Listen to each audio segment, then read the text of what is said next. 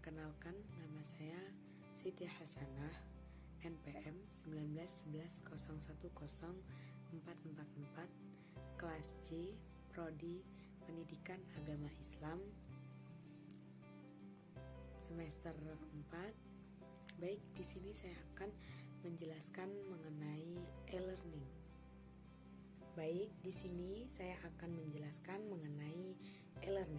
Pengertian e-learning. E-learning merupakan singkatan dari electronic learning, yaitu proses pembelajaran yang menggunakan media elektronik, khususnya internet sebagai sistem pembelajarannya.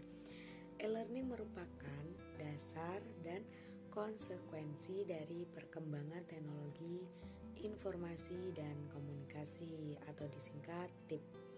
E-learning sebagai pembelajaran yang terjadi ketika teknologi internet digunakan untuk memfasilitasi, menyampaikan, dan memungkinkan proses pembelajaran dengan jarak yang jauh.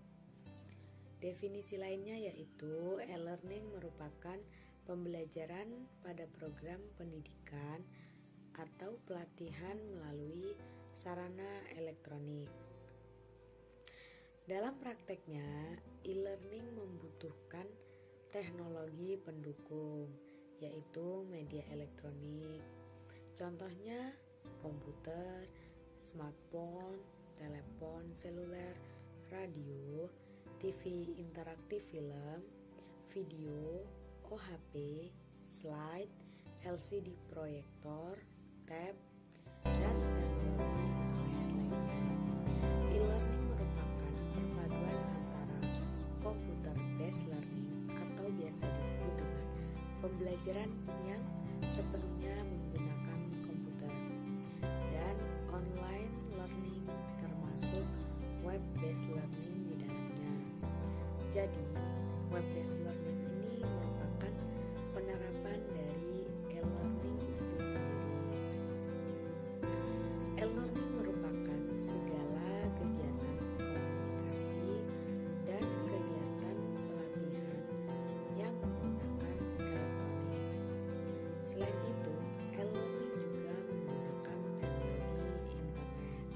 Contohnya, web-based learning yang pembelajarannya berbasis website di mana dalam pembelajarannya harus terkoneksi dengan internet.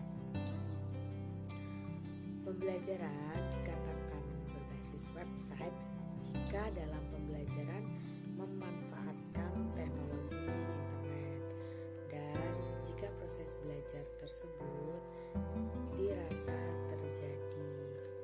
Artinya, meskipun menggunakan internet, proses pembelajaran harus tetap dikontrol oleh guru atau dosen sebagai pihak yang harus berperan aktif dalam perkembangan belajar peserta didiknya. Teknologi sendiri kini sudah sejalan dengan perkembangan zaman, di mana sekarang ini kita sudah masuk di era modern dan dituntut untuk menguasai dan mengembangkan teknologi yang sudah ada. Pada prinsipnya, teknologi dibagi menjadi dua kelompok, yaitu 1. Teknologi based learning dan 2. Teknologi based web learning. Teknologi based learning sendiri di dalamnya terbagi lagi menjadi dua jenis, yaitu auto information technology. Contohnya radio, audio tab, telepon, dan video information technology, yang contohnya video tab. Sedangkan teknologi based web learning pada dasarnya adalah data information technologies atau yang sering dikenal dan dengan yang kedua ada pengembangan model e-learning. Pengembangan model e-learning terdapat 3 kemungkinan dalam mengembangkan sistem pembelajaran berbasis internet, yaitu web course, web-centric course, dan web-enhanced course. Yang pertama, web course. Apa sih web course? Web course adalah penggunaan internet untuk keperluan pendidikan jarak yang jauh. Pada jenis ini, guru dan siswa tidak perlu untuk bertatap muka secara langsung, melainkan seluruh bahan ajar, diskusi, konsultasi, penugasan, latihan, ujian, dan kegiatan pembelajaran lainnya sepenuhnya disampaikan melalui internet. Yang kedua, web-centric course. Web-centric course adalah penggunaan internet yang memadukan sistem jarak jauh dan tatap muka. Sebagian materi disampaikan melalui internet dan sebagian lainnya melalui tatap muka secara langsung. Jadi, dalam jenis ini fungsinya saling melengkapi. Dan yang ketiga, web enhanced course. Apa sih web enhanced course? Web enhanced course adalah pemanfaatan internet untuk menunjang peningkatan kualitas pembelajaran yang dilakukan di kelas. Jadi peran dosen di sini dituntut untuk menguasai teknik mencari informasi di internet, membimbing mahasiswa mencari dan menemukan situs-situs yang relevan dengan bahan perkuliahannya, menyajikan materi melalui web yang menarik dan diminati, melayani bimbingan dan komunikasi melalui internet dan kecakapan lain yang diperlukan. Untuk mengembangkan e-learning sendiri juga diperlukan 3 metodologi, yaitu metodologi pengembangan pembelajaran, metodologi pengembangan perangkat lunak, dan metodologi pengembangan website.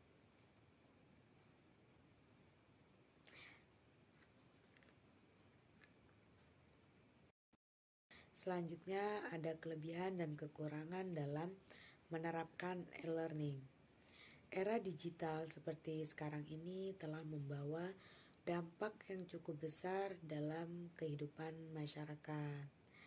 Masyarakat seolah-olah dipaksa untuk bermigrasi dari cara manual ke media digital dalam menjalani kehidupan mereka.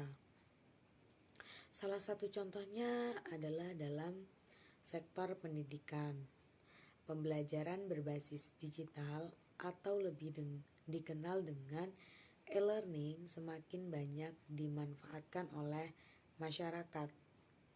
Jika infrastrukturnya sendiri memadai, maka penerapan e-learning dapat menjadi suatu metode pembelajaran yang hemat akan sumber daya. Selain itu, penerapan e-learning juga dapat membangun rasa percaya diri dan kemandirian masyarakat. Baik, selanjutnya akan saya jelaskan mengenai kelebihan penerapan e-learning.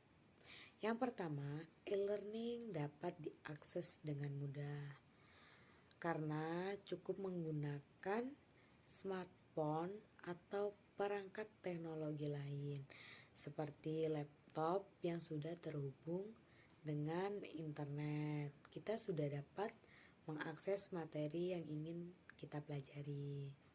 Dengan menerapkan e-learning, kita juga dapat melakukan kegiatan pembelajaran di mana saja dan kapan saja.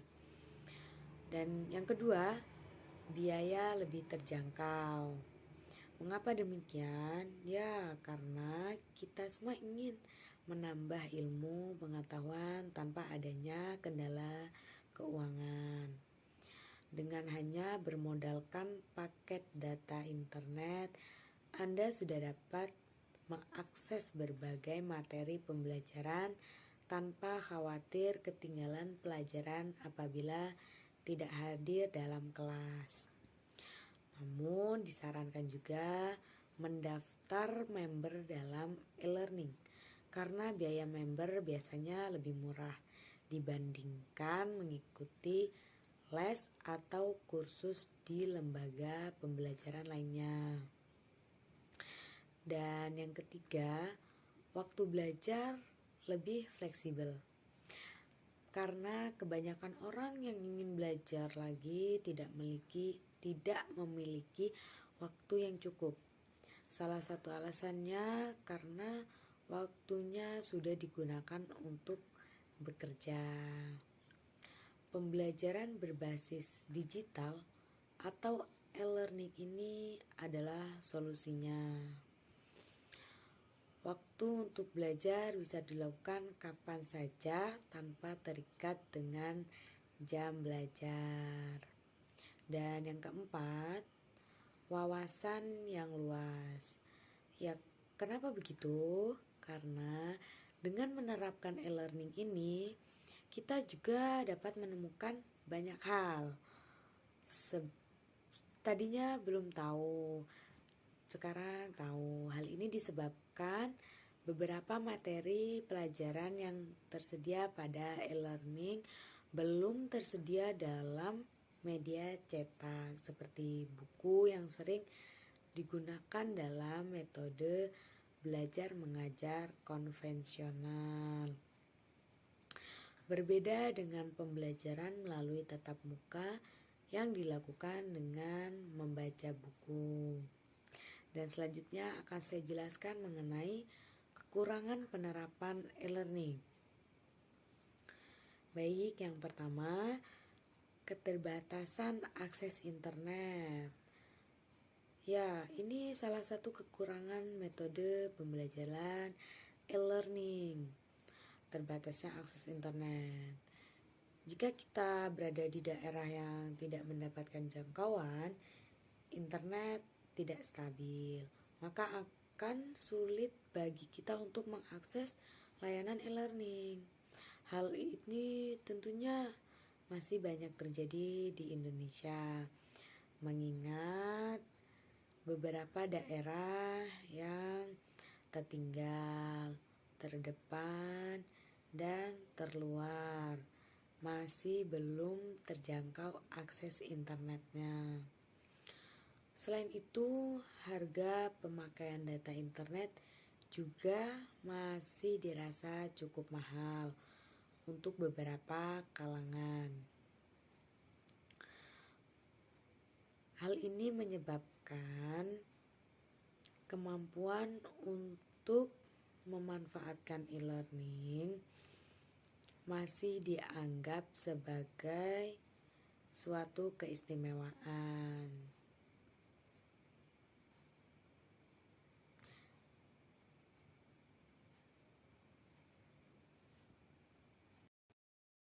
Baik, selanjutnya berkurangnya interaksi dengan pengajar. Beberapa metode pembelajaran e-learning bersifat hanya satu arah. Hal ini menyebabkan interaksi pengajar dengan siswa menjadi berkurang, sehingga akan sulit bagi kita untuk mendapatkan penjelasan lebih lanjut mengenai materi yang kurang dipahami. Selanjutnya, yang ketiga, pemahaman terhadap materi-materi yang diajarkan dalam e-learning direspon berdasarkan tingkat pemahaman yang berbeda-beda, tergantung kepada kemampuan si pengguna. Beberapa orang mungkin dapat menangkap materi dengan lebih cepat hanya dengan satu kali membaca. Namun, ada juga yang membutuhkan waktu lebih lama sampai benar-benar paham. Bahkan, ada juga yang membutuhkan penjelasan dari teman atau orang lain agar dapat memahami materi yang dipelajarinya.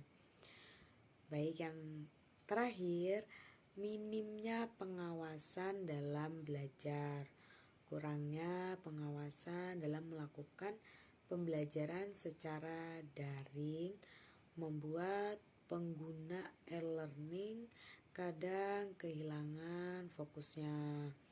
Dengan adanya kemudahan akses, beberapa pengguna cenderung menunda-nunda waktu belajar.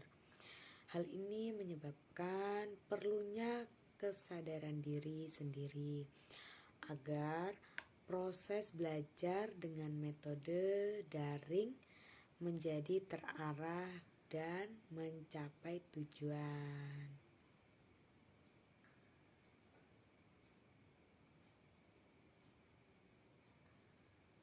Baik, mungkin hanya itu yang dapat saya sampaikan.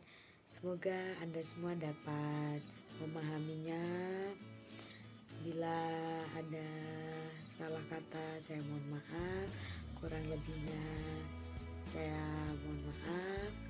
Mungkin saya tutup. Wassalamualaikum warahmatullahi wabarakatuh.